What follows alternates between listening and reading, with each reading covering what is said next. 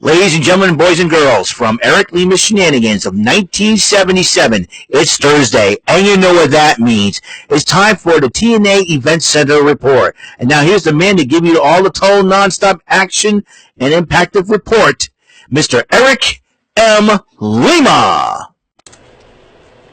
Thank you very much, Mr. Announcer, sir. Well, hello there, everyone. Welcome to yet another episode of Eric Lima Shenanigans, a 1977 episode number 2,465 of the show. How's it going, everybody?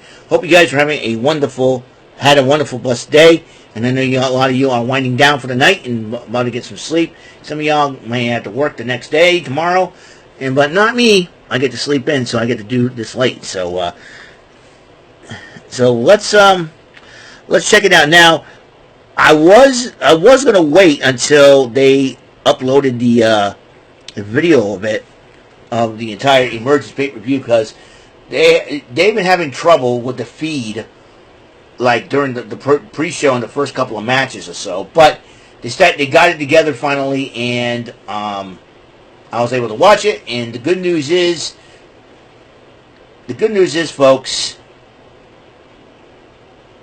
I'm able to bring it to you. So, give you the Event Center report, the results, the rundown of everything else. This is a very interesting time for the WWE, because now, you talk about collaborations, and I'm hoping that this thing leads to a War Games match. I want to see WWE and TNA go at it in the War Games. They need to do some history and get some butts in the seats, man, if they want to make a lot of money.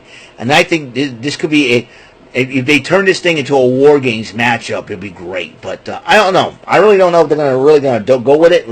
It's just NXT and TNA right now. But who knows? NXT and TNA in a War Games matchup, maybe? First time ever. Then nobody on the main roster of Raw or SmackDown going to be involved in a War Games match. Well, who knows? We'll see how, TKO takes it, and how, there's rumors going about TNA. There's a lot of rumors going out there. I can't divulge. Some say, somebody, TNA could get bought by the WWE and all this.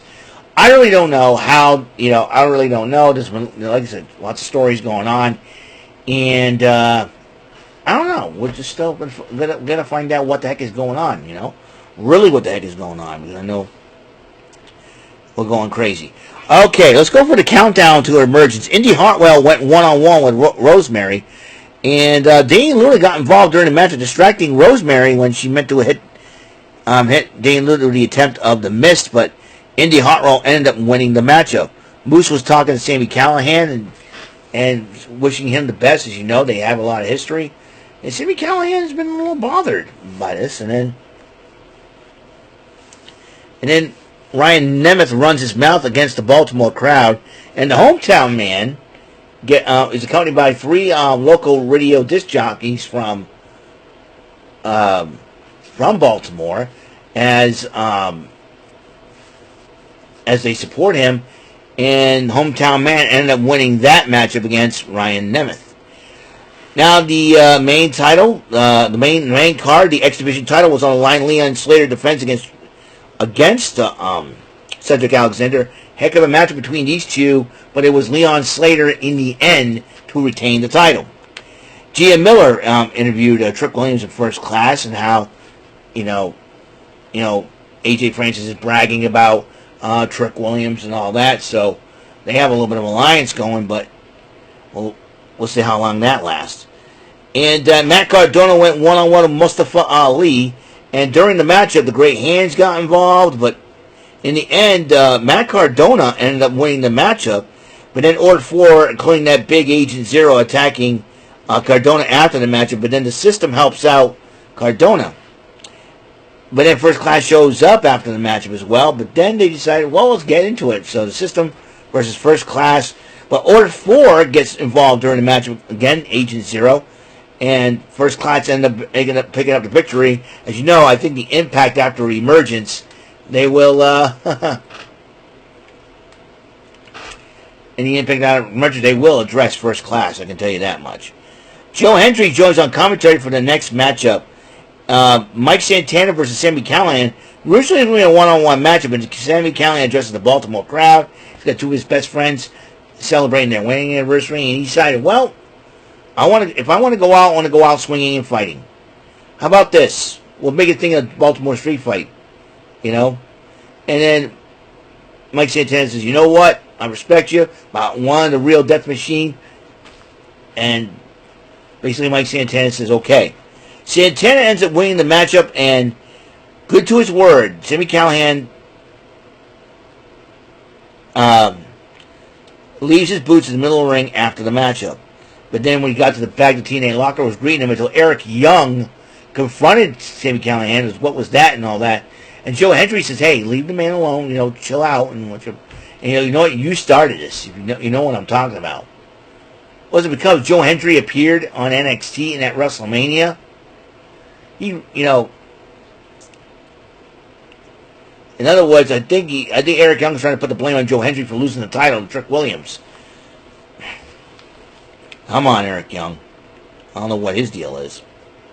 Anyways, Ryan Nemeth addresses his losing to the hometown man, and he goes, my big brother. Ryan Nemeth, he's another one. He's got that annoying face. You want to... So, anyways, he addresses about how they vowed to beat the Hardys for the belts. Then there was the Knockouts Tag Team titles on a Fatal 4-Way Elegance brand, represented by M and Heather, with Brookside and Ozia Brookside and Lei Ying Lee. The Inspiration and Fatal Influences, Fallon Henley and Jasmine Nix. Before the match started, Tommy Dreamer addresses the Baltimore crowd, and they had a contract extension for Lei Ying Lee. She ends up signing it, and she re-signed with TNA. That's a big deal. Along with Jazz and President Carlos Silva in the ring. Then Monster Slamovich was in their corner. Brookside and Lee. Mara Sade was in the Inspirations corner, and of course Ash by Elegance was in the corner of the champs. And JC Jane was in the corner of Fatal Influence. JC Jane got into it, Mara Sade, but then Monster Slamovich goes after JC Jane. Ash by Elegance gets involved. The teams broke up their respective corner women, but the referee, Paige Prince Raleigh, said, you and you, out of here. Eject them. But in the end, the Elegance brand does retain the titles, with Cassie Lee getting hit in the head with the tag team belts. Meanwhile, Indy Hartwell, Dane Lewis addresses the Knockouts title, Rosemary, and Dane Lewis says, well, we got the win. He said, but I want to go, and then Indy Hartwell says, I want to do this alone when it comes to the Knockouts title. And Dane Lewis goes, fine, that's fine. So, and then Frankie Kazarian, the jerk, and there's another one I should have put on the list, joins on commentary for the international title in a no count-out, no disqualification between Steve Macklin and Jake something. And Steve Macklin ends up winning the matchup. GM Miller interviews Steve Macklin after the matchup. Frankie Kazarian interrupts him. Macklin starts talking some smack. And then also Macklin had enough. He said, hey, you know what? Let's go at it. And Frankie Kazarian thought about it, and he walked away. I hope Steve Macklin rearranges Frankie Kazarian's face so bad to the point where his wife, Tracy Brooks, wouldn't recognize him. If she asks Frankie Kazarian, what happened to your face? And you're going to say, never disrespect a guy who served our country. Boom. And I hope Macklin does that. Bag him and tag him. So, salute to Steve Macklin, man. Awesome job. Then, the Hardys and the Rascals went at it one-on-one. And it was a heck of a matchup. But then the Hardys ended up retaining the titles. And they're also the Fourth Rope Tag Team Champions as well.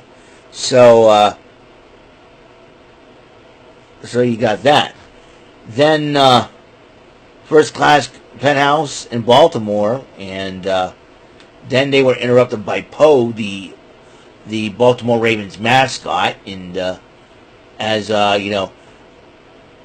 Rich Swann and AJ Price reminisce their time in Baltimore, and then the system comes out, and then Alicia Edwards was like, "Do you want to know? We don't want to know something." And then starts disrespecting Alicia Edwards. She slaps him across the face, and they got so angry they said, "Hey, We're leaving. It's over. We don't like any of you guys anyway in Baltimore. I'm like, oh, big babies. But then the TNA World title on the line. Trick Williams defending against Moose. And Trick Williams does adjust the Baltimore crowd before the matchup. And he's got something there. These two guys are former NFL players. And, of course, Trick Williams says, the Eagles. And talking about the Philadelphia Eagles, they were booing him. This was a heck of a matchup. Could have gone either way. And after 3 trick shot knees, Trick Williams retains the title against Moose. And then after the match, Santino Marella comes out. He says, you better watch Impact because I got something to address to you, so you better pay attention. So, what does Santino Marella have in his sleeve? Is he figuring out a way to get that TNA title off of Trick Williams? Well, we shall soon see and find out what the story is with that. So, we'll find out next Thursday. Alright, so that is all the time we have on this show. Thank you for tuning in to another episode of Eric Lima Shenanigans of 1977. Red Sox did win on another walk-off in the Fenway Greens. Hopefully they do that again tomorrow. So, I'll see you later. You guys have a wonderful day. Tomorrow we get some Card Sharks. So, until next episode comes rolling around, Mr. Announcer, take us home. That is all for today's episode of the show. This is Mr. Announcer speaking for Eric Lima Shenanigans of 1977. A Big Beefy E and Door for Bob Saget production, and in association with a Raving Bull for 3000 Telepictures and Distribution. Thank you for watching another episode of Eric Lima Shenanigans of 1977. See you later on the next episode of the show. Goodbye for now.